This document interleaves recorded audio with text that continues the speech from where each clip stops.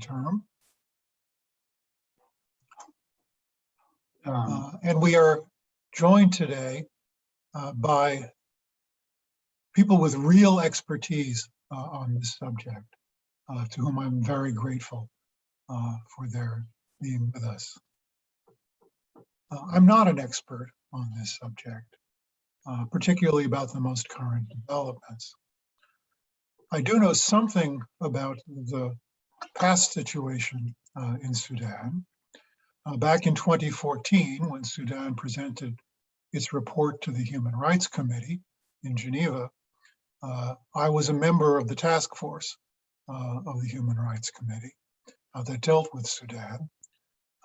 And so I know something about the bad old days that people want not to go back to. But let me turn the conversation over to people who have greater expertise. And I will bow out and listen and learn with the rest of the audience.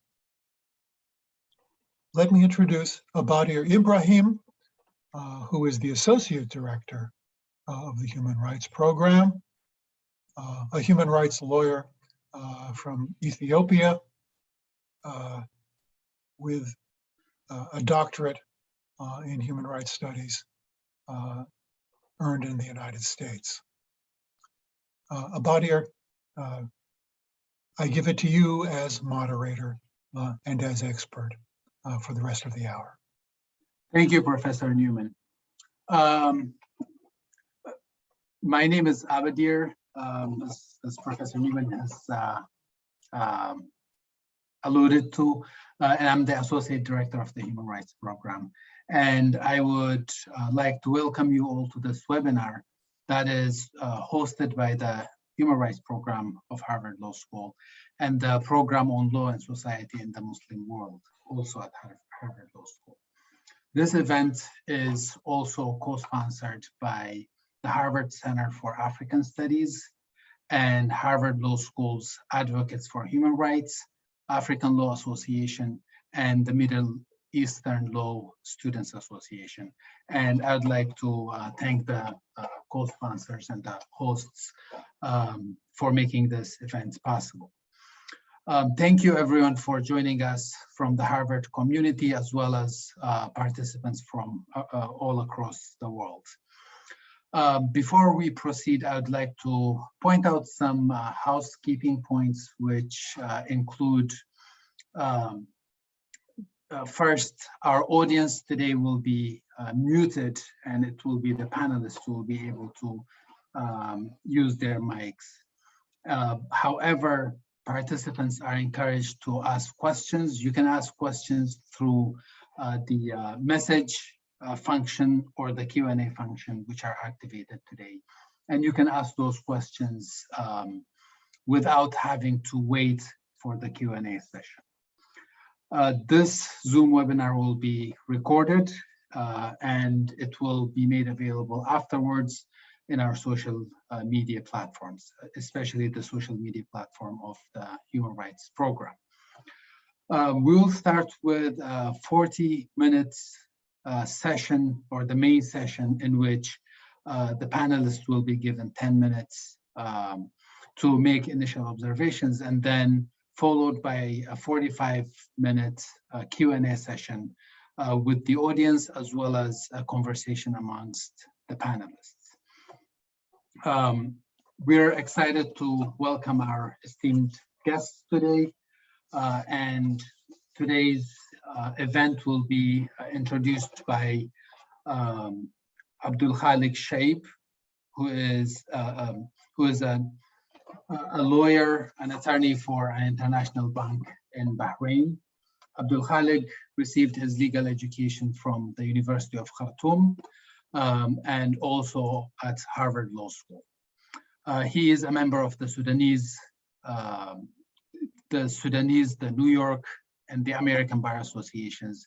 He is also one of the founders of the Arab Association of Constitutional Law, in addition to, and he also was a participant of the 2019 Constitutional Charter drafting process as an expert, where he provided legal advice to the process and also to international actors in this process of constitution making. Hala Al-Kharib is a Sudanese activist who specializes and works on the Sudans and the Horn of Africa. She's a regional director of the Strategic Initiative for Women in the Horn of Africa, SIHA. She's also, she has a broad knowledge and expertise on the Horn of and East African affairs. She's a civil society worker, an activist, and social and gender researcher specializing in the region. Mohammed Usman,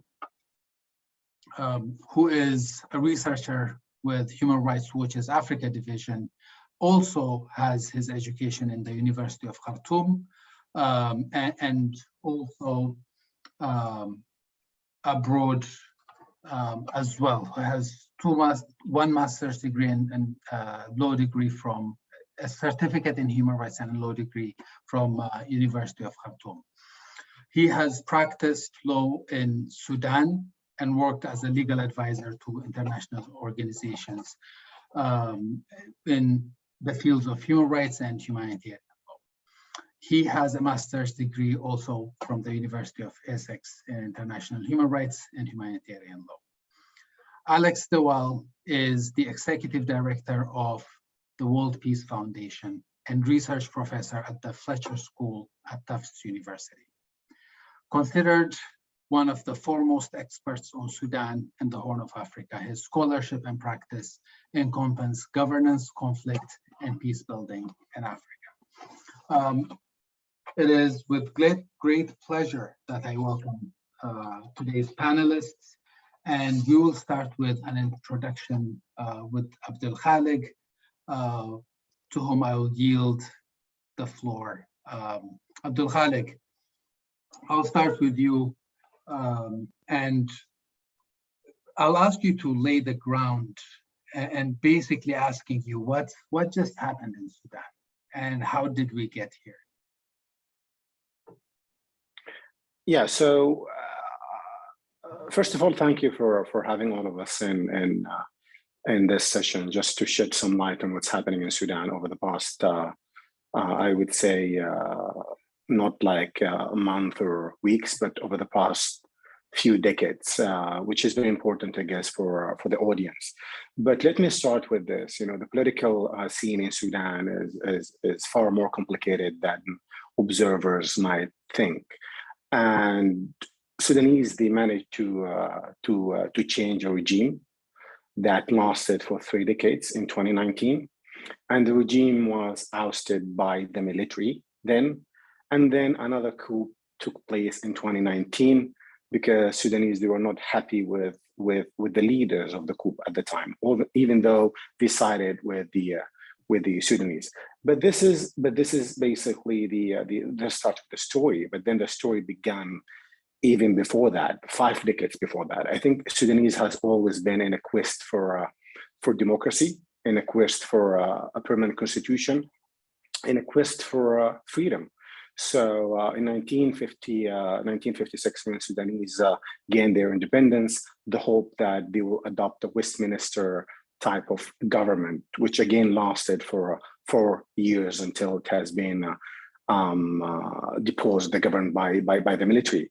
So, and then again in 1964, the Sudanese managed to march and managed to get their democracy back again for a short period of time.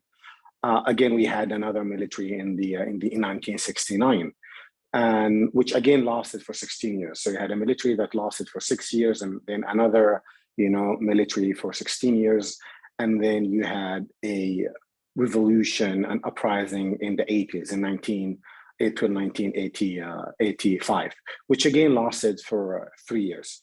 And then we are here faced with a situation that we have 3 decades of tyranny, 3 decades of a repression, against the Sudanese by President al-Bashir, which made it even akin to impossible for the Sudanese to believe at any point of time they will manage to change that regime. Yet they managed. And I think what was, I would say, iconic about this is that you had youth and millennials who've lost faith and confidence in politics. And then they lacked the credibility of the political parties, because the political parties, for them, they were not able to fight repressive regimes. This has changed in 2019. The protests and the demonstrations in 2019 had Sudanese from all walks of life. So they had, the woman, the eldest generation, the middle generation, and the youth in particular, and millennials. So those people contributed, I would say, significantly to the regime change, yet they haven't been involved that much in the process. So in 2019, we had a political agreement, which again paved the way for the Constitutional Charter, which again was signed in August. So the political agreement was unique in a way that had a partnership between the civilians and the military, which is something has not been there before. So in the short period of democracy that Sudan enjoyed over the past, it has always been a military council and then handing over to elected government. This time Sudanese, they came up with a different approach. They said, what, we need to have a civilian-led government, a complete and absolute civilian-led government, which again wasn't possible with the military. So they came up with a sovereignty council as one of the structures, and then underneath it, the cabinet and the legislative council. So the sovereignty council was a mix of both military and civilians. So, but again, the relationship and that arrangement didn't work for more than 2 years. And we are faced with a coup on the 25th of October. But this is pretty much, the story of 6 decades of the Sudanese long walk to get a freedom that they've longed for a long period of time. But let me just finish with this. And when we had the coup, and yesterday there was a political agreement signed between the deposed Prime Minister Hamdok and Abdel Fattah al-Burhan as the head of the army, but then he signed in his capacity as the head of the Sovereignty Council, which again he dissolved when he staged the coup. I think what was interesting about this is that I felt very disappointed. And I remembered in and this is a personal story that I would like to share with the audience. I remember in 2003, my father was at the Khartoum International Airport, and he was there for a brief period in Sudan. He hasn't been in Sudan for more than 25 years. So he left Sudan in late 70s. So, and he came in 2001. And then in 2003, decided that he needs to leave the country. And I remember I was standing there next to me, my brother Mustafa, and then he told us, this is not the country I recognize. I'd rather go and die abroad. And then I told him why. And then he says, I'm not sure, was it worth it for us to fight? Because he's been in jail in the 70s, and my uncle as well been in jail. Now, and my other eldest uncle was also been in jail in the 70s. So fast forward to 2009, he died. And then my uncle reading his eulogy, and then he said a story about a prison, a very famous prison in Kober. He said that he was in a solitary confinement, and he was in that prison, in that cell, and he found my father's name engraved, and my eldest uncle name also engraved. And then he said I was only a small addition to that cell. Now, both of them, and all my uncles died. My father died in 2009 and in 2013. I wished in 2019 that they were there. And then all of us as Sudanese cried. Now we are back again to square zero.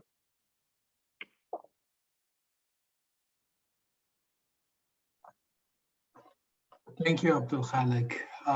Now I turn to Hala Al-Karib, and Hala will explore the geopolitical position of Sudan and how it plays into the power relations that are currently at play in Sudan.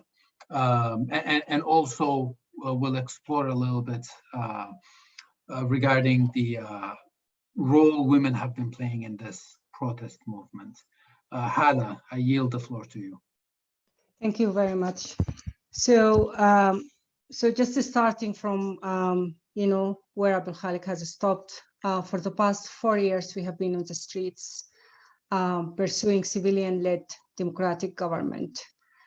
And, it's really painful. I'm also going to touch on the position of the international community and how they have avoided directly addressing our demands. And that's clearly reflected at this critical and difficult moment that we are in. And I think the current situation we are in is largely the result of the continued unwillingness from the international actor to address the legitimate demands of the Sudanese people. However, the question remains, why is this happening? I think the geopolitics of Sudan really playing a very important role, particularly Egypt. And Egypt has been instrumental in the political history of Sudan. Sudan has a very complex geopolitical location. We are in close proximity to the Middle East, Northern Africa, Eastern Africa, the Sahel region, and so on. And throughout its modern history, Sudan has often been exploited and used as proxy nation for the disputes of different regional powers. And I think one of Sudan's biggest challenges is that it has been always overshadowed by Egypt. Historically, Egypt has always looked at Sudan as a strategic extension for maintaining Egypt peace and security. The River Nile is Egypt's lifeline and has been an ongoing cause for Egypt's systematic intervention into the Sudanese political affair.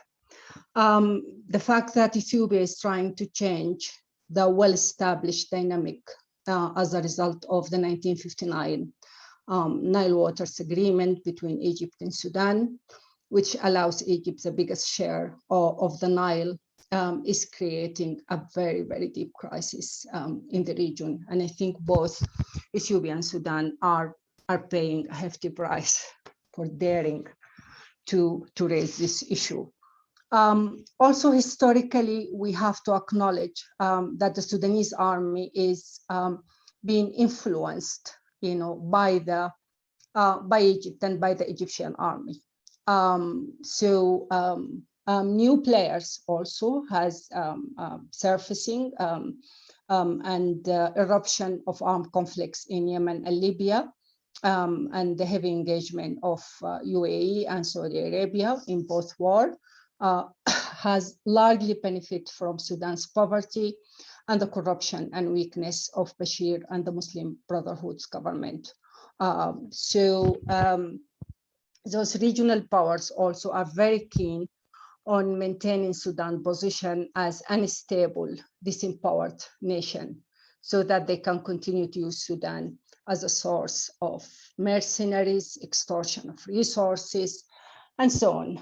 Finally, the militarization that happened in Sudan during the era of the political Islamists, that the Muslim Brotherhood's efforts to undermine Sudan military institution and creating a parallel militarized structure such as RSF and the other armed militia that was erupted.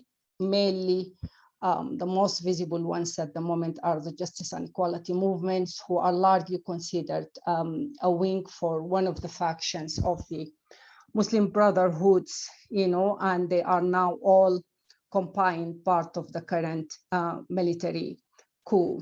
When Bashir fell after 30 years in power because of a civilian protest, people's aspiration for freedom and justice, then it was not really taken seriously by the military nor by the international community. And I think both, the military junta of Sudan and the international community, they can't imagine a civilian-led government in Sudan. Here we are, the role of the AU, African Union mediation, was very disempowering for Sudan civilian faction. And instead of handing the power to the civilian, they created the known formula of a power sharing agreement where the military have the strong and the upper hand over the country, resources, peace and security, and so on.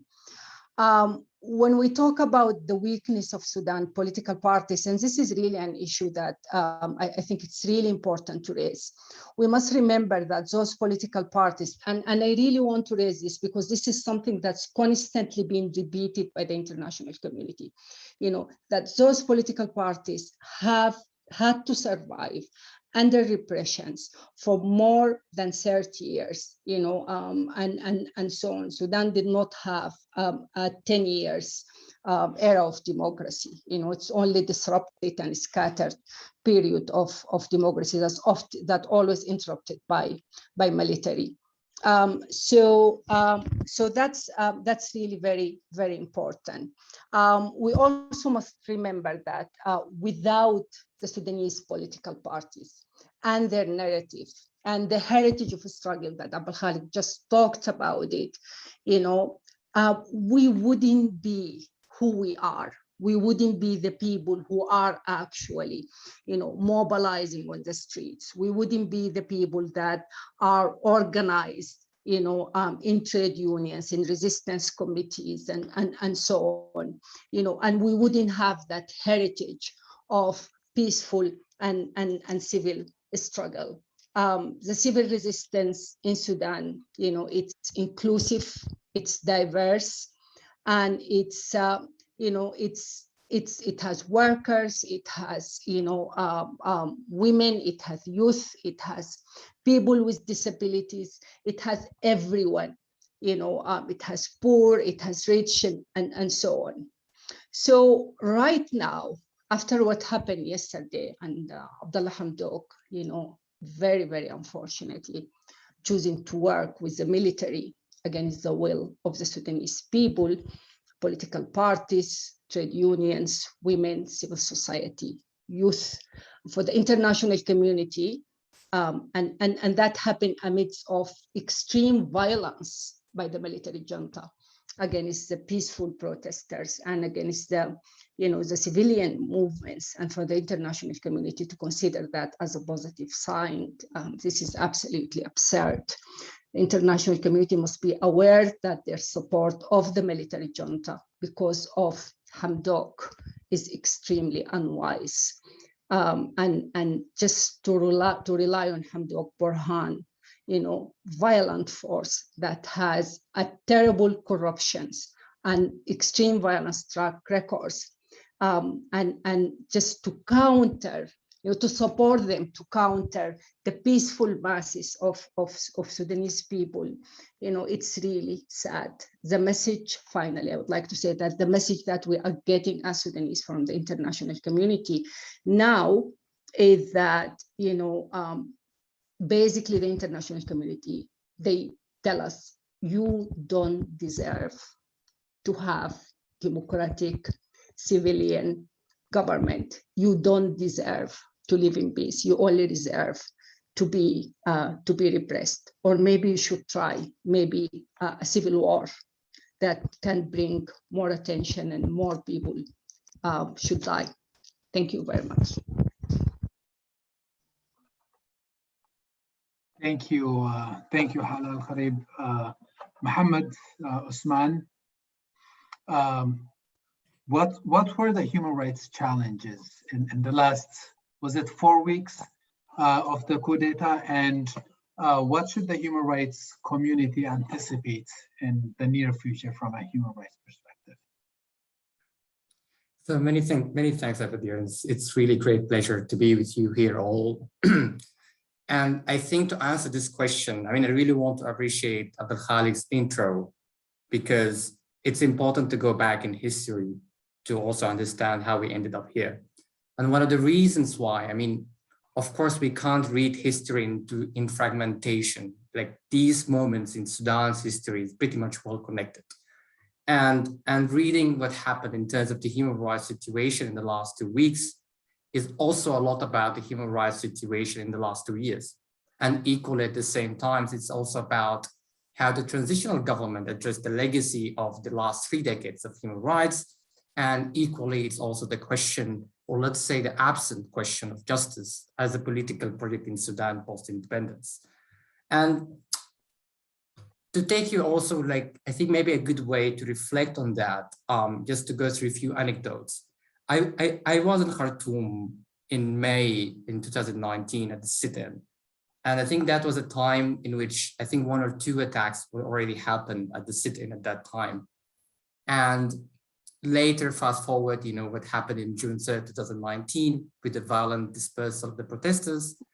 I was interviewing one of the survivors of that attack, and he mentioned one thing that I think does highlight the issue with justice in Sudan. And he said, if we held the people who killed protesters in 2018-19 accountable, we wouldn't have people trying again to attack us in May. And if we could manage to handle and hold the attackers in May accountable, June 2019 may not happen. And I think this is exactly a crucial point to look at.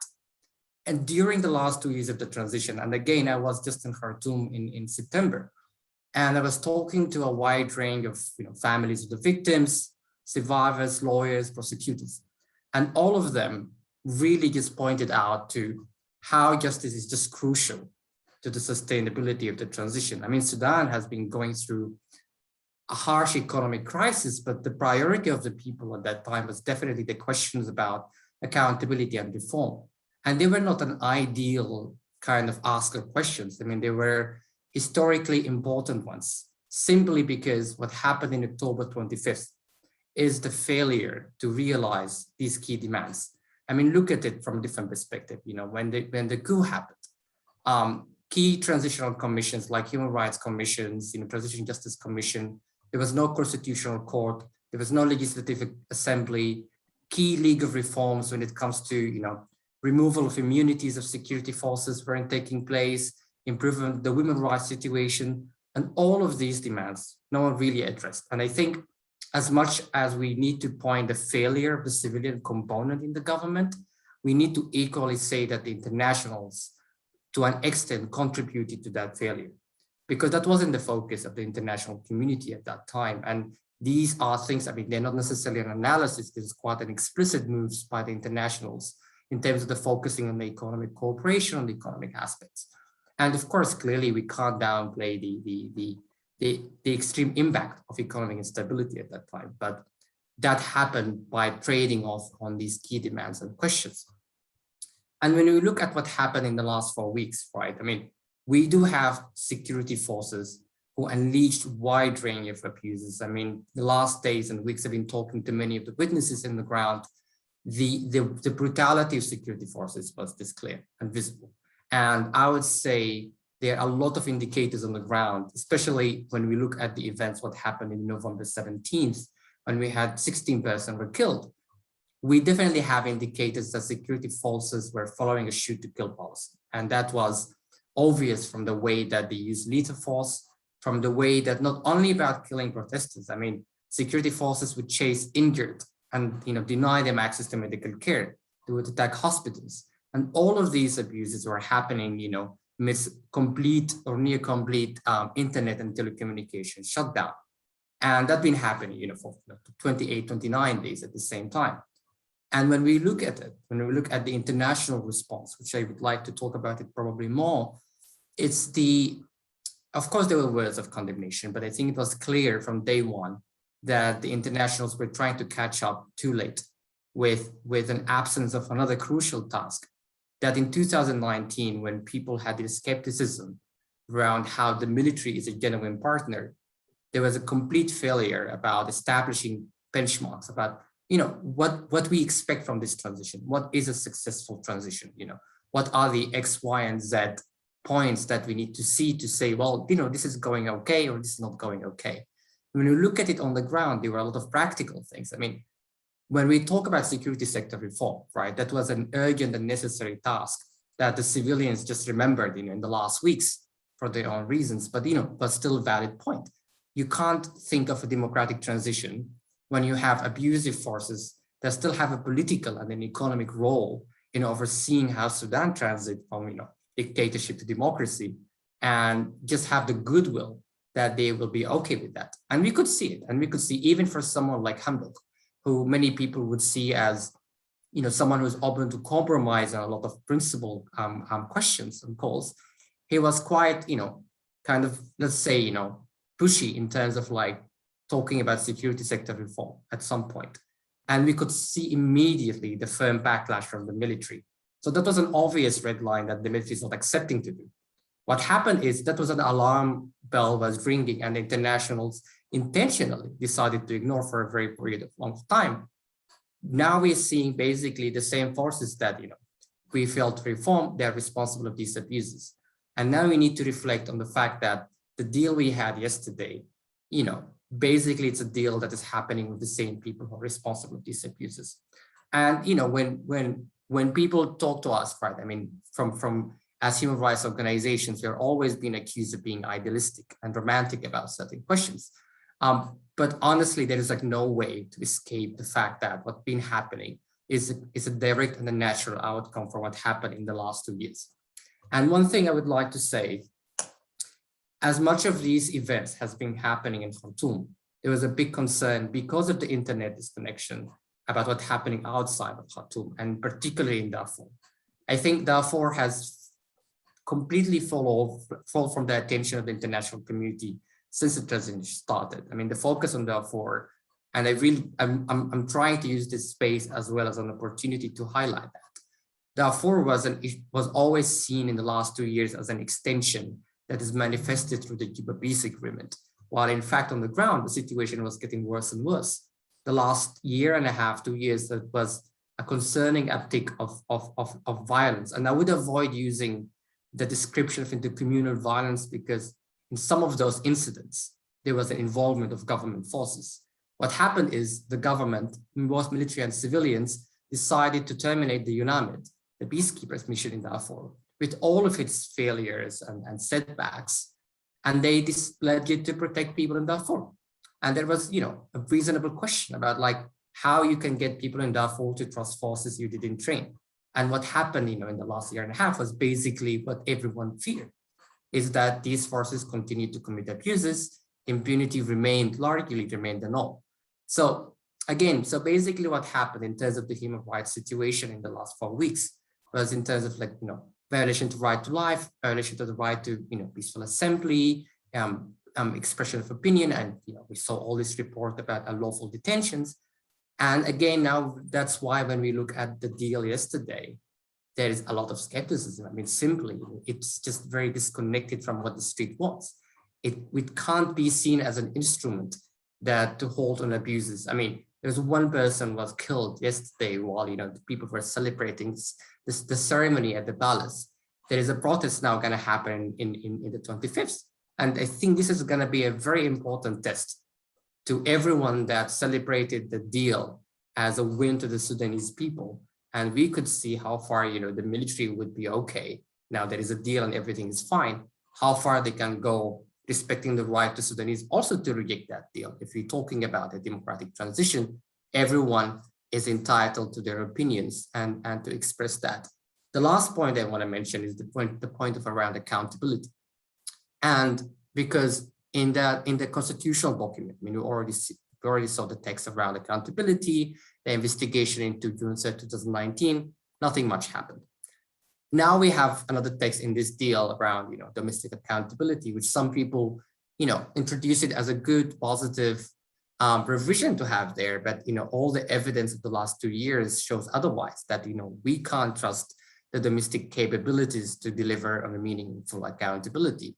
And that's why fairly people would call for international investigation into what happened. And that's something else, we may not likely see that the military is accepting, but it's something that we need to raise.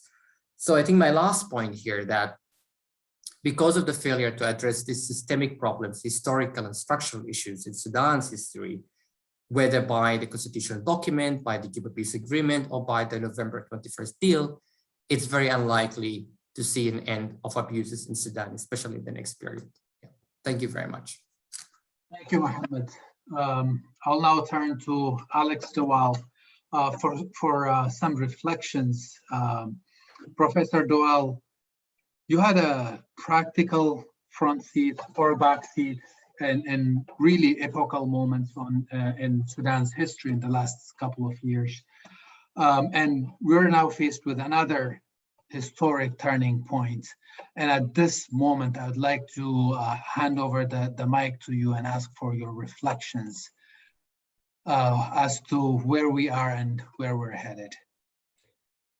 Thank you. Well, first of all, a message to all Sudanese, which is really condolences. It is so painful to have your hopes raised and then have your hopes dashed.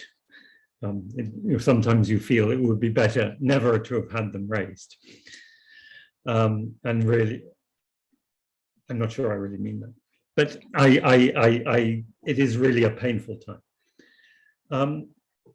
The second point I want to make is that there is a long history of coups in Sudan, but what distinguishes this coup is it is a kleptocrat's coup. There is no ideology behind it. They brought back the Islamists, but it was not an Islamist coup.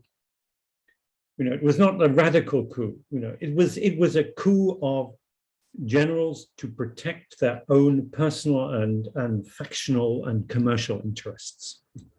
And the key point I want to look at actually in my reflections is this link between corruption and democracy and human rights, the inverse link, of course, and the challenge of getting to grips with that, and the importance of the human rights agenda looking into these corruption issues. Now, I had the good fortune to get to know Abdullah Hamdok over many years, and though I haven't actually had the chance to see him since he took his position as Prime Minister a couple of years ago. But I was with him and discussing the question of whether he should take the job that had not then formally been offered to him, but was about to be offered to him. This was in June and July of 2019. And there were, and I'll paraphrase the discussion, which is that he said that the position that he was about to be offered could become the role of the cashier at a convenience store that served as for laundering money for drug deals. Let me explain. Essentially, he said the way in which Sudan is being run is as a criminal cartel, a bit like a drug cartel. The economy is controlled by a set of cronies, a cartel of cronies, and it doesn't really matter whether it's licit or illicit, it is there to further their particular interests. And what they are looking for is somebody to be the front to make them respectable, to launder their money in the way that, on some, Boston street corners, you get a convenience store that is just, selling soap and matches and soft drinks, and it has a perfectly respectable person, at the cash till, but we all know that behind the scenes, the real business is being done. He said, I'm not going to be that person. But he said, the next thing he said was that in order for him not to be that person, the international community needed to deliver, and they needed to deliver the financial, what was required financially very fast. Sudan had escaped debt relief. They escaped that heavily indebted poor countries initiative because of the sanctions, etc., etc. So the reason why he felt, and he was a man, and I still believe he has no personal ambition. He's not a politically ambitious man. I think he's an honorable man. He may be a mistaken man, but I think fundamentally he's a decent man. He saw his role as really to be able to stabilize the Sudanese economy for two reasons. Number one, so that the people who were hungry, who had been, holding up, saying, down with the rule of thieves, and, the symbol of the bread as being the symbol of the revolution. He could deliver something materially for those people. So he needed debt relief, he needed sanctions relief. But But that would also allow for the Sudanese economy to be put back in the hands of legitimate businesses that operated above, on a level playing field, according to rules and regulations. So it would not be controlled by this cartel of military officers, paramilitary leaders like General Mohammed Hamdan Hemeti, and others who had mercenary enterprises who were running gold smuggling operations, extorting from migrants across the Sahara, etc., as well as those who were profiting from oil sales, from control of telecoms, from all the businesses clustered around the military, including also the military industries, manufacturing weapons, etc. In order to get them out of the controlling role they had in political power, you needed to lift sanctions, normalize the economy, give the regular businesses the chance to thrive under fair competition. And many, we know, I mean, all of you who are Sudanese, you know Sudanese businessmen who are business people, I should say, who are longing for this chance and have been deprived of this chance. He didn't get that. He was sent into the boxing ring with his hands tied behind his back because of the sanctions. And the Trump administration only lifted the state sponsor of terror designation as part of a deal with Israel to recognize Israel. And it was only when that was lifted that it was possible for the Paris Club of International Creditors to convene and begin to unlock the assistance. So for really almost 2 years, let us say 18 months, the international community was, and here especially the United States, was simply not delivering on what was needed to make democracy work. It needed that economic assistance, both to feed the people and secondly, to dismantle the corruption. And the problem with not dismantling the corruption quickly is that while you have civilian technocrats who play by the rules, do you think that General Burhan, General Hemeti, and their ilk are going to play by the rules? Of course not. They took every opportunity to obstruct. And of course, it was, it was only when Prime Minister Abdallah Hamdok began to feel that he had the authority to confront them because the financial assistance was beginning to flow, and he could talk about dismantling the corrupt systems, security sector reform, reducing the military budget. Then they felt under threat, and they moved against him. The other point I would want to make is that one of the weaknesses over the last 2.5 years, weakness of the revolutionaries and the technocrats, has been also a failure to get to grips with the politics and the political economy of rural Sudan, of provincial Sudan. Because what happened over the 30 years of Omar al-Bashir, and it was even happening beforehand, was that the local governance of rural Sudan was shifting to being controlled by militarized tribalists. The old native administration system, the system of administrative chiefs appointed, who have their sort of tribal fiefdoms and but also who are civil servants, if you like, appointed by the government. That became corrupt and militarized. And it was used as a prime mechanism for military mobilization by Omar al-Bashir, both in the south, also in Darfur and Kordofan, and also in eastern Sudan, where he had these deals with the Eritrean dictator Isaias Afwerki to keep eastern Sudan under control. The system of rural governance was so penetrated by this corruption that it is almost impossible to know where to begin to reform it. And I think part of the problem of this transition over the last couple of years is that the revolutionaries who are more urban and more committed to sort of rule of law and dealing with things in a proper institutionalized way, had no proper entry point into reforming rural governance. And we saw that in the Juba Peace Agreement. The assumption of the civilians was, let us make ceasefire and peace with the armed rebels, and they will join the democratic forces. That was a wrong assumption. The generals knew that if they got to control the agenda of the ceasefires, they would then control the political allegiances of the groups that joined. Because the ceasefire and the security arrangements would give them what they needed to basically bribe the leaders of these groups to become part of their system. So those who joined the Juba Peace Agreement, you see Mini Minawi of the Sudan Liberation Movement, Justice and Equality Movement, Jibril Ibrahim, they became part of the system. Immediately they signed. Malik Agar and his group of the Sudan Revolutionary Front, sort of quasi, 1 foot in, 1 foot out. And then those in those insurgents, Abdul Wahid al-Nur, with whom I have many historic disagreements, but on this I completely agree with him, and Abdulaziz al-Hillu in Nuba Mountains, stayed out because they were not prepared to play this game.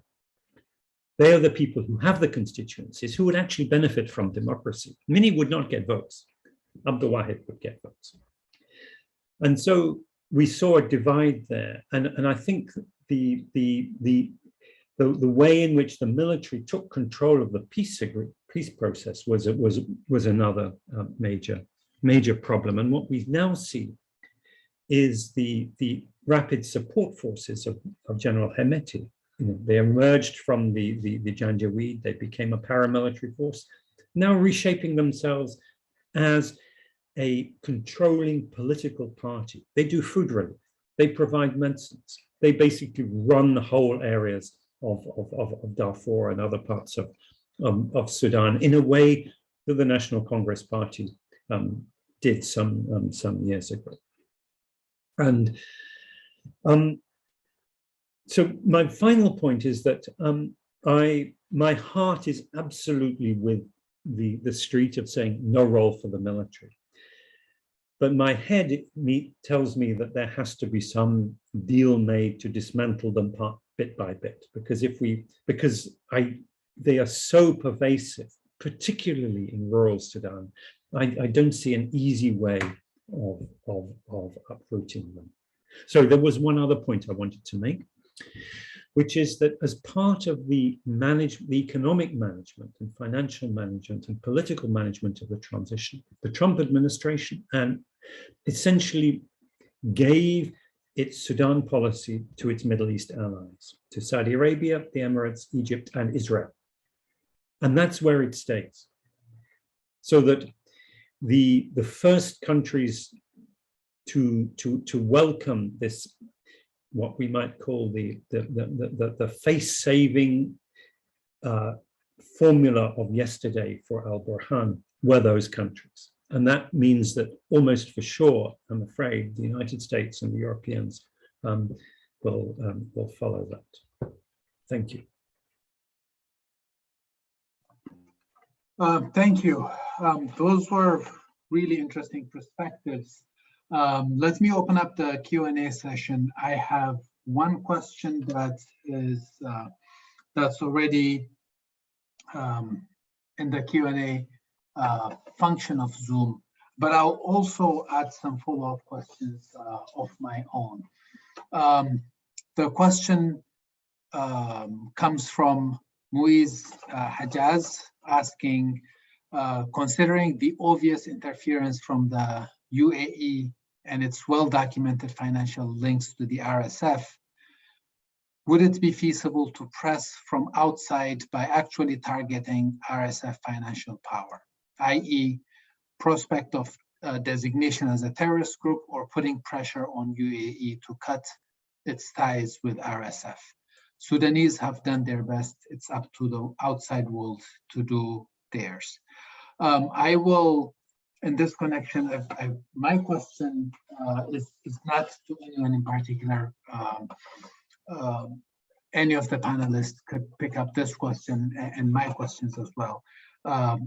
One thing that I noticed that was emphasized was the role of the internationals. And my question is, why is the international community so slow to react to these situations? Does it have to do with bureaucracy? Does it have to do with the slowness of bureaucratic structures within the West? Is it a simple lack of capacity in terms of understanding what needs to be done and doing it?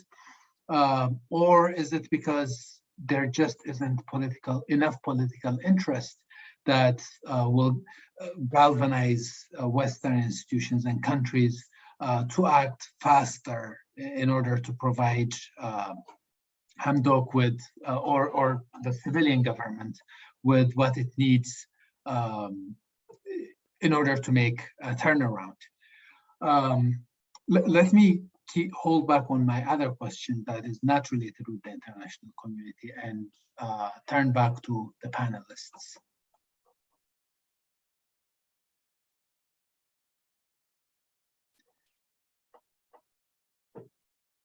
Should I start with Hala Al-Karib? I think I'd pass on this question. Any of the colleagues can answer it, but I'm happy to respond to your question later.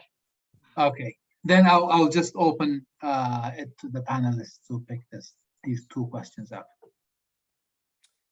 I think I can chime in here. So, you know, when I look at the international community, I don't think the international community, in a sense, as the Sudanese would hope, they've been slow. But I think there have been back channel negotiations and back channel conversations all the time, which is something maybe the Sudanese, they were not aware of, but they were there. But I guess the time that they're taking to intervene is basically should be looked at from the perspective of the Sudanese people, because in 2019, in the beginning of 2019, leading to the Constitutional Charter, you know, international actors and regional actors wanted to dictate what the Sudanese should accept. And we had the massacre on the 3rd of June in 2019 in the Sitin area where more than 200 people have died and hundreds more, they were wounded, and they've been missing. So I guess the message that the Sudanese sent after the massacre, after the 3rd of June, that Sudan is different, that Sudanese has to come on board, that they have to be, you know, part of the process, that even the fragile, what Hala said, that the fragile political parties, whether you like it or not, they have to be part of the equation. And this takes me to something that Hala touched on, and about the military, which I think is very important for me to mention here, is when the argument that been put forward by the military to stage the coup was basically to correct its path. You know, we need to make sure that, you know, you guys are getting what you want in terms of the democracy, in terms of freedom, in terms of the justice. But as Professor Alex said, rightly said, it has never been about an ideology. It has been driven by, you know, but it was, you know, commercially driven coup just to protect the interest and the economy of the military. Now, this again takes me to the military mindset, which is, you know, the subconscious and the conscious of that mindset, the mentality that, you know, they are portraying themselves as the custodian of not only Sudan and its land and resources, but also they want to have that, they have the audacity to protect Sudanese and to transform the society in a way against their own free will. So this is something we need to think about. Another thing which I think also is important that has been throughout the past 6 decades is the story of immunity and impunity in Sudan. So the story of crimes, atrocities, and grievances has always been a story of immunity and impunity in Sudan. This has never, ever been addressed in the history of Sudan. It has either been partially addressed by political settlement or peace deals, and then accountability will come as part of the agreement. So you would entrust armed groups to bring justice, yet the armed groups, like Alex said, they are the part of the problem, and they are the ones who would jump to protect the new regime that they are just, you know, signed up for.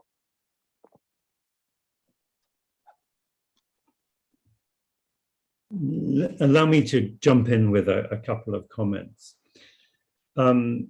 starting with an observation about what is the overriding US interest. And the special envoy for the Horn of Africa, Jeff Feltman, who is a very capable diplomat, gave a presentation at the US Institute of Peace a few weeks ago, in which he said our #1 priority for the Horn of Africa is stability. Now, military officers like to promise stability. They like, I mean, in my view, it's an illusory promise, because the sort of stability that they are promising is a return to the status quo, which was an unstable and unsustainable status quo. I mean, essentially the status quo of Bashir, which they were comfortable with, but nobody else, I mean, the Sudanese citizens were not comfortable with. But nonetheless, if we take a step back, there's a bigger strategic concern here that the US has, which is the stability of the wider region. And the #1 issue for them is Ethiopia. And Ethiopia, I mean, is at the Abiy government has lost its army. It is on the point of collapse. And the prospect of a country of 120 million fragmenting, which is, the state has already failed in Ethiopia. By the way, I don't want to talk much about Ethiopia, but if you follow Ethiopia, when the internationals and the journalists and editors are saying Ethiopia is facing war, it means it's in war. When they say Ethiopia is facing famine, it means it's in famine. When they say the Ethiopian state is facing failure, it's in failure. It has failed. When they say it's facing genocide, as they will next week, it means genocide has been committed. They're always responding too late. But if their priority is stability, it means that everybody else in the region becomes secondary. If the US priority is stability, it means every other country in the region becomes a secondary issue in containing the potentially catastrophic fallout of, you know, war, famine, state failure, genocide in Ethiopia, which is, I think, a determining factor in the US response. And we can understand it. We may not agree with it. I mean, I personally feel they are underplaying their hand. Now, the US actually had an extremely strong hand in the case of Sudan, because the countries to which al-Burhan would turn for a bailout, namely Saudi Arabia and the Emirates, are not prepared to reach that deeply into their pockets. Egypt would, but its pockets are not deep. It doesn't have the money. The amount of money needed to bail out Sudan is beyond what the Gulf is prepared to offer. I mean, if they were really generous, they could probably do it, but they're not that generous. They need the US because they need the HIPC process, the IMF, et cetera, et cetera, et cetera. So the US has a big card to play. It also has a very precise card to play, which is targeted sanctions, which are underestimated. Under the Global Magnitsky Act, these sanctions operate by stealth. And so that if you are, you know, say that if the act were used against, let's say, the Sudanese embassy in Washington, it would only find out that its particular accounts have been frozen when it wanted to pay, let's say, a public relations firm. Or, you know, if the government was trying to import weapons from, you know, Turkey or the Emirates or something, when the supplier tried to put in the invoice, suddenly they would get a call from the bank saying, sorry, this particular account has been frozen, we can't pay you. And one of the power of that particular sanctions regime is that it is hidden, so that the moment it's announced, those who fear they may be sanctioned, entities or individuals, suddenly recoil. Now, so the US actually had very, very strong cards to play Russia, of course, is desperately opposed to this. You would never get this through the Security Council because Russia is very exposed to these types of targeted sanctions. They really hurt the Russians. But in pursuit of stability, in my view, rather short-term stability, the US has gone in with the Israelis, the Egyptians, the Saudis, and the Emiratis, who will be comfortable with returning to a status quo of a Bashir-like regime, as long as it's not openly Islamist, and as long as it does business with Israel. And I think that is, I mean, it's wrong and it's short-sighted.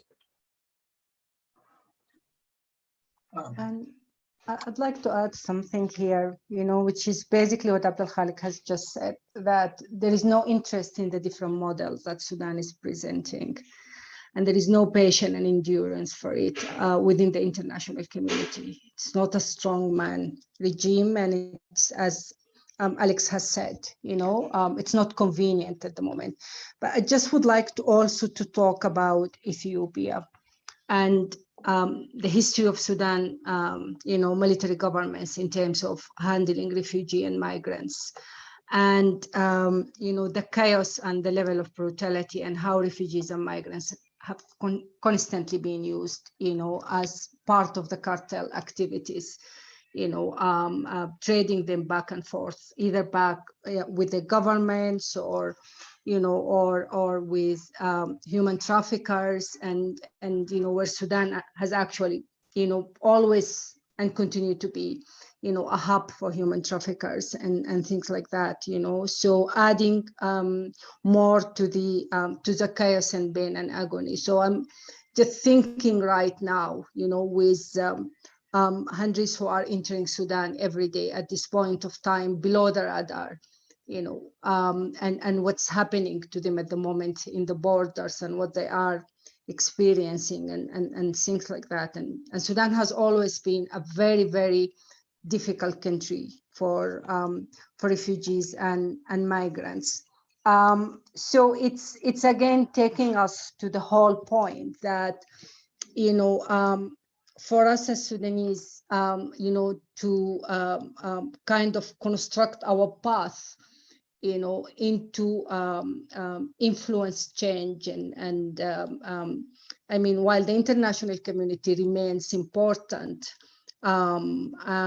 it's it's going to be extremely very lengthy and painful process to wait for the international community to support Sudan. And I think that's the message that most of the Sudanese are getting right now. So I mean, the idea of talking about Hamdok as an individual is absolutely absurd in my view. Hamdok or anyone who actually does not have, as an individual, and does not have a political backup against the cartel of Sudan military, I mean, cannot do anything. On the contrary, it's actually extremely damaging. So yeah, so the biggest concern and worry that we have at the moment, because Sudanese people, they were genuinely believing in justice and they were really trying to pursue that. So how does the level of frustration, that's currently being pushed into, is what result, how is it going to result? So the biggest concern, how can we mitigate that? I mean, that's, I guess, it's a big question for us as Sudanese, because for how long people are going to stick to the peaceful protest. And again, it's unbearable, very chaotic, very criminal nature, regime that's currently dictating Sudan. That's an openly criminal regime. There is no downside. They are not ashamed of it. And the international community is also not ashamed of supporting them. I mean, there is very clear track record of of the fact that they are criminal, they are corrupt, and so on, and they understand also the psyche of the international community. Yeah, thanks.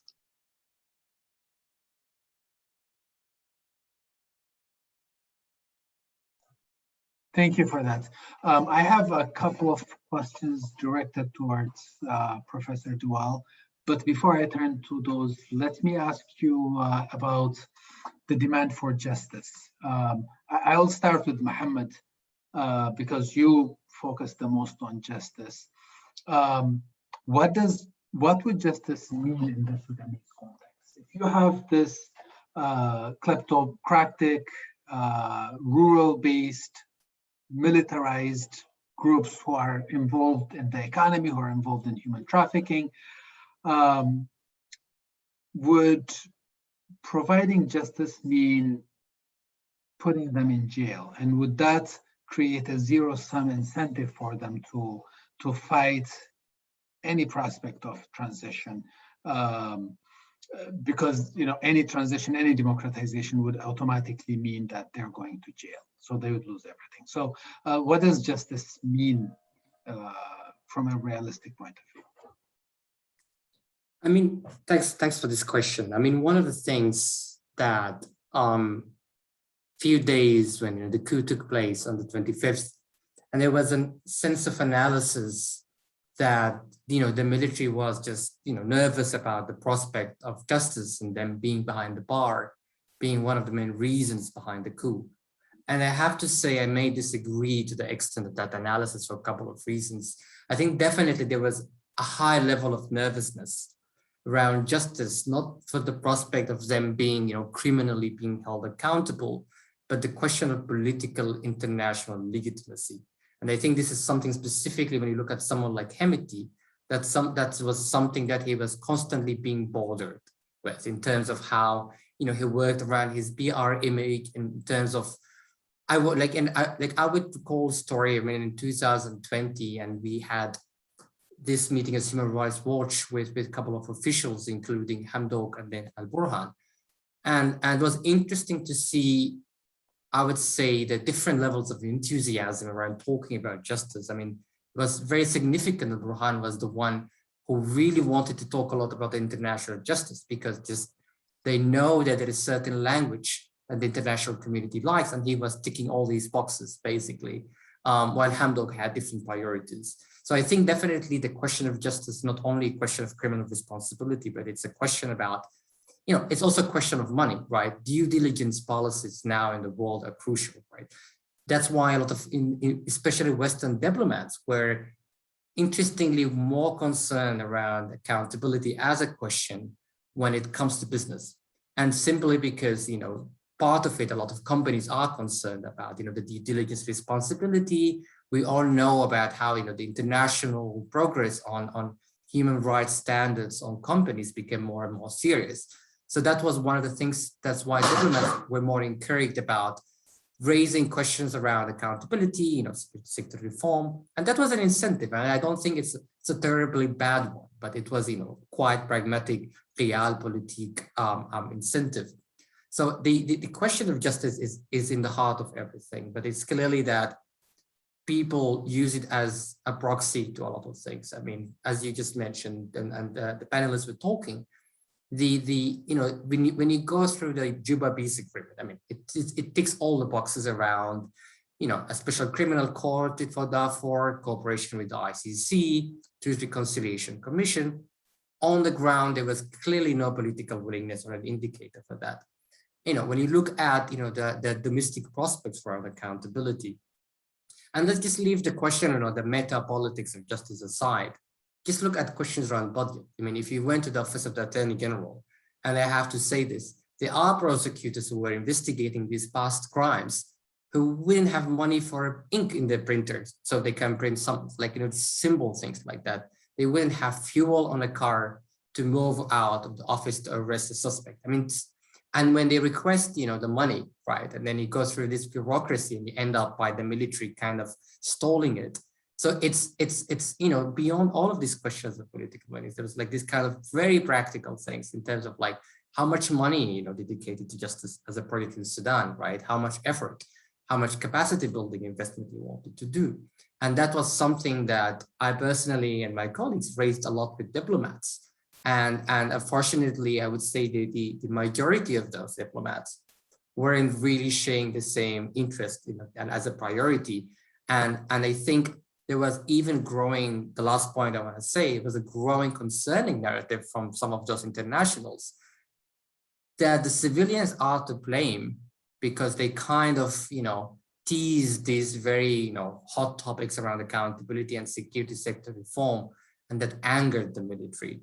And I think it just, it's shocking, but disappointing to say the least, because for us, they did that quite late. Thank you, Mohammed.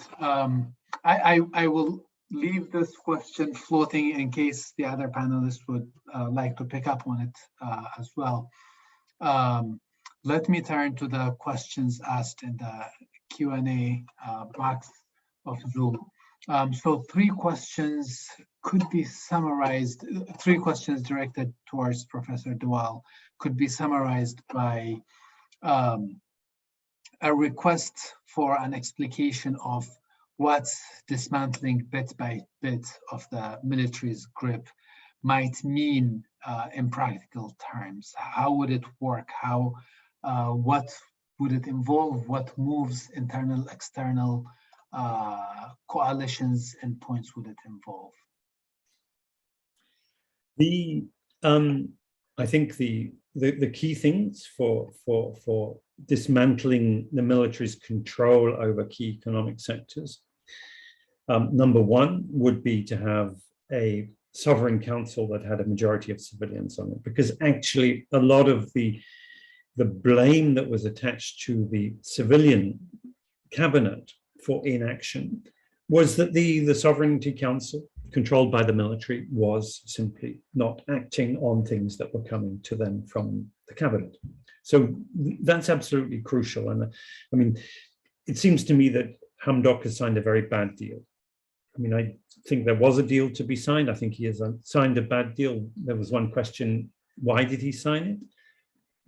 He says he wanted to avoid bloodshed. I don't think it's going to avoid bloodshed. I can understand that he might want to have seen that it would create a compromise and avoid a polarization, give the military an opportunity to, the sides to come together. I don't think it's having that effect. And I think his basic flaw there was he didn't consult. If he didn't bring on board the people he needed to bring on board. Now, why he did it, whether he was, how isolated he was, the pressures he was under, etc., I don't know. I'm sad for the deal. I'm also sad for him because he was my friend, and I don't like to see someone I respect making a terrible political choice. How could this agenda be moved forward? I think, I would hope that the committee with that impossibly long name that I can never remember, the removal of Tamkeen, the removal of empowerment committee should be stood up, authorized, given full backing, etc., etc. I suspect that a lot of the records that it collected, a lot of the documents it has, have now disappeared over the last few weeks. But then the other thing is that this is a topic where targeted sanctions could be very effective. So those institutions could be the subject of targeted sanctions by the US, by the Europeans, to make them non-operable. This is an opportunity for seeing how those very precise financial instruments could work in this type of hybrid governance to dismantle the most corrupt and malign elements. Thank you. I have another question that's coming in through the message board. Many pundits have called the coup reckless and aimless. In retrospect, however, everything that happened since September 21st attempt coup seems to have led to the final agreement yesterday. To what extent do panelists think this really was well planned? Isn't the principled advocacy line to advocate for sanctioning the junta for interfering with the civilian-led government as well as human rights violations instead of rewarding them for co-opting Hamdok? And I will leave this floating for members of the panel to pick up. I can you- partially respond to Yeah. this. Oh, go ahead. No, Sorry no, for no, no, no. Go ahead, Hala, go ahead. Yeah, so to a large extent, I think it's very, very well planned. You know, there is no doubt about it. I think it was well planned from day one. It was, you know, it was put together. And I think, you know, it's also, they definitely understood,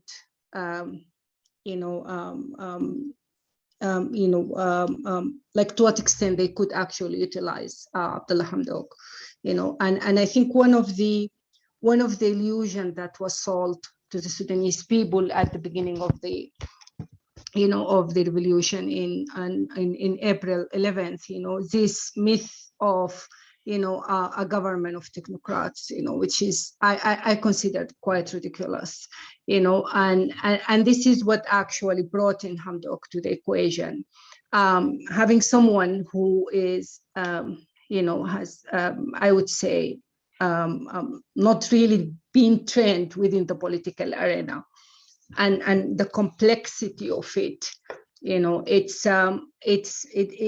made it much easier, you know, for them actually to, you know, to fulfill their objectives. I mean, they definitely succeeded with Hamdok, but they utterly failed with the streets and with the political forces, because they do know them. And I think one of the most distinct features of this recent protest in Sudan, and I'm really often taken by surprise. I've been following the protest, particularly in rural Sudan, and I'm absolutely kind of really, it surprised me the fact that the most remote villages, they were involved in this type, in these movements, and their rationale of engagements is very logical and clear. It's also very important to you know, to look at the past 2 years and the hardship that the Sudanese people, the economic hardship, you know, and the frustration, the long waiting for justice, yet still they did not lose hope on democracy, you know, and the fact that at certain point it's all going to be addressed. So it's very telling, you know, that the political forces, that the civil actors who are currently, you know, leading the movements in Sudan are, you know, are not as you know, as to be undermined as many actors, you know, within the international community, and the military is trying to dismiss them. I think, you know, they are a serious force, and Sudanese people are proven to be a real player that cannot be ignored. Yeah, in the equation. Sorry, Abdul Khalik, but yeah, I'm definitely willing to listen to what you want to say. Shukran. So two things in my mind here. The first one is that the coup is the first time in Sudan's history where, you know, the military stages a coup amid transition. Usually they would wait for an elected government, and then it will run for 2 to 3 years, and then there's a coup. Now, this tells you how desperate they are, how keen to protect their interest, how keen and how willing they can go and how far they can go to protect, even if they have to shoot all the Sudanese people. Now, what's interesting though, is that also this is the first time in Sudan's history with Sudanese protest against a coup, energetically, enthusiastically, and they have a focus. And we need to bear in mind something. Not most of the Sudanese who've been protesting on the 25th, they were happy with Hamdok or with the cabinet. They were not. Most of them, they were not. But they wanted to protect what they have achieved, even though it came with flaws. So for them, it was no, we've tasted what freedom is like. We need to protect that. And we are the one who get to decide if we'd like to remove Hamdok.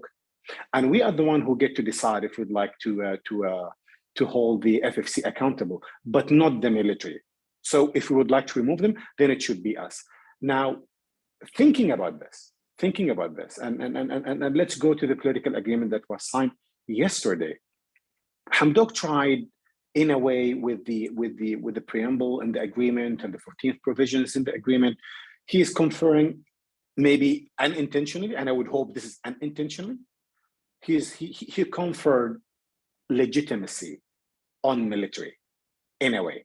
So, I would like to spare the Sudanese lives, but you haven't had to, I don't think you needed to wait for more than 20 days to sign the agreement. You should have signed this on the 26th to spare Sudanese lives. Now, the difficulty between stability, which America, the United States, and the Troika, they're advocating for, and what the Sudanese want, there's that disconnect, and that disconnect have to be bridged at some point. So if there is no mediation, if there is no transparency, if you'd like the Sudanese people to accept a deal, if you would like them to wait, not to dismantle the military right now, because it's realistically and practically, this is not possible. They're not gonna just evaporate. They're not gonna, leave the political scene. No matter what you do, they need you, and you have to accept them. Unless, of course, you are willing to take the peaceful demonstrations to a violent demonstrations. If you're willing to do that, if you're willing to take that risk, now we're discussing something else. Now stability is at stake here for America, and people will have to intervene. Thank you, Abdul Khalik. I will ask one last question, which can be picked up by the panelists, but very briefly. A year and a half from now, there will be elections. How hopeful are you that those elections will result in a democratic transition or in even consolidation of democratic governance? 1 year is such a long time, Badir, right now.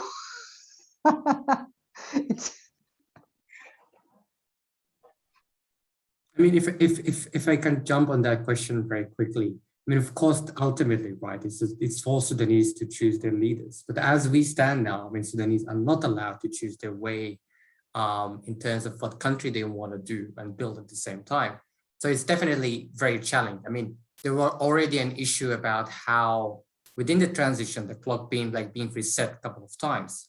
And there's a big issue because, thinking, I mean, election in this ideal democratic setting is an outcome of democratization and constitutionalism, which Sudan, turbulent history, never really managed to set that, whether in terms of its own institutions or in terms of, the general culture about this is a sustained democracy.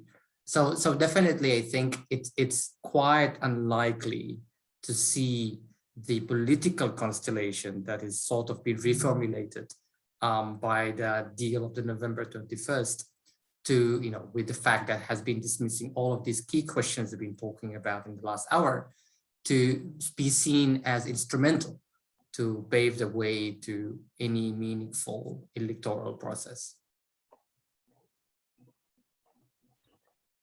I will pose the same question to Professor Dawal and Abdul Khalik. I think if there isn't a fundamental reform to rural governance, because most of the votes are still in rural areas. What we will see over the next 18 months is a political party or a coalition of political parties emerging, echoing the strategy of the NCP, controlled either directly or indirectly by Hemeti. I think that under the current circumstances, he would position himself to win with his friends and partners a sufficient vote in the rural areas through control over livelihoods and essentials. That he would be the most successful figure in navigating that transition and reinventing himself. And I don't think that is really a democratic outcome. Abdul Khalik, you started us off today, and let me end with you. I'll start where Alex ended. So I think any outcome for the Sudanese to respect, it has to be an outcome that they've been part of, which is something I do not see right now. I think the fight is now going to be very long. It's going to be very hard. But I guess if the Sudanese manage to fight, Bashir's regime over 3 decades, with intervals, in Sudan and out Sudan and in the diaspora and inside the country, I think they're willing to fight. But then the question would be what balances you will have to make, what trade-offs you will have to make, what compromises you are willing to make. And I think this is something now Hamdok, he used to be in a position where he can play that role. He's no longer in that position. So all the possibilities are there. So if you cannot, if you don't have a legitimate political process, most likely the international community will not observe it. And even if they observe it, you might have, a question of legitimacy hunting you down the road. Well, thank you. Thanks to the panelists and to our co-sponsors today. The panelists especially, you've taken your time to enlighten us and really have this engaging conversation. And also, I'd also like to thank the co-sponsors for making this event feasible and also, but especially the participants for joining us today. And with this, I would like to thank you all and end this panel discussion. Thank you so much.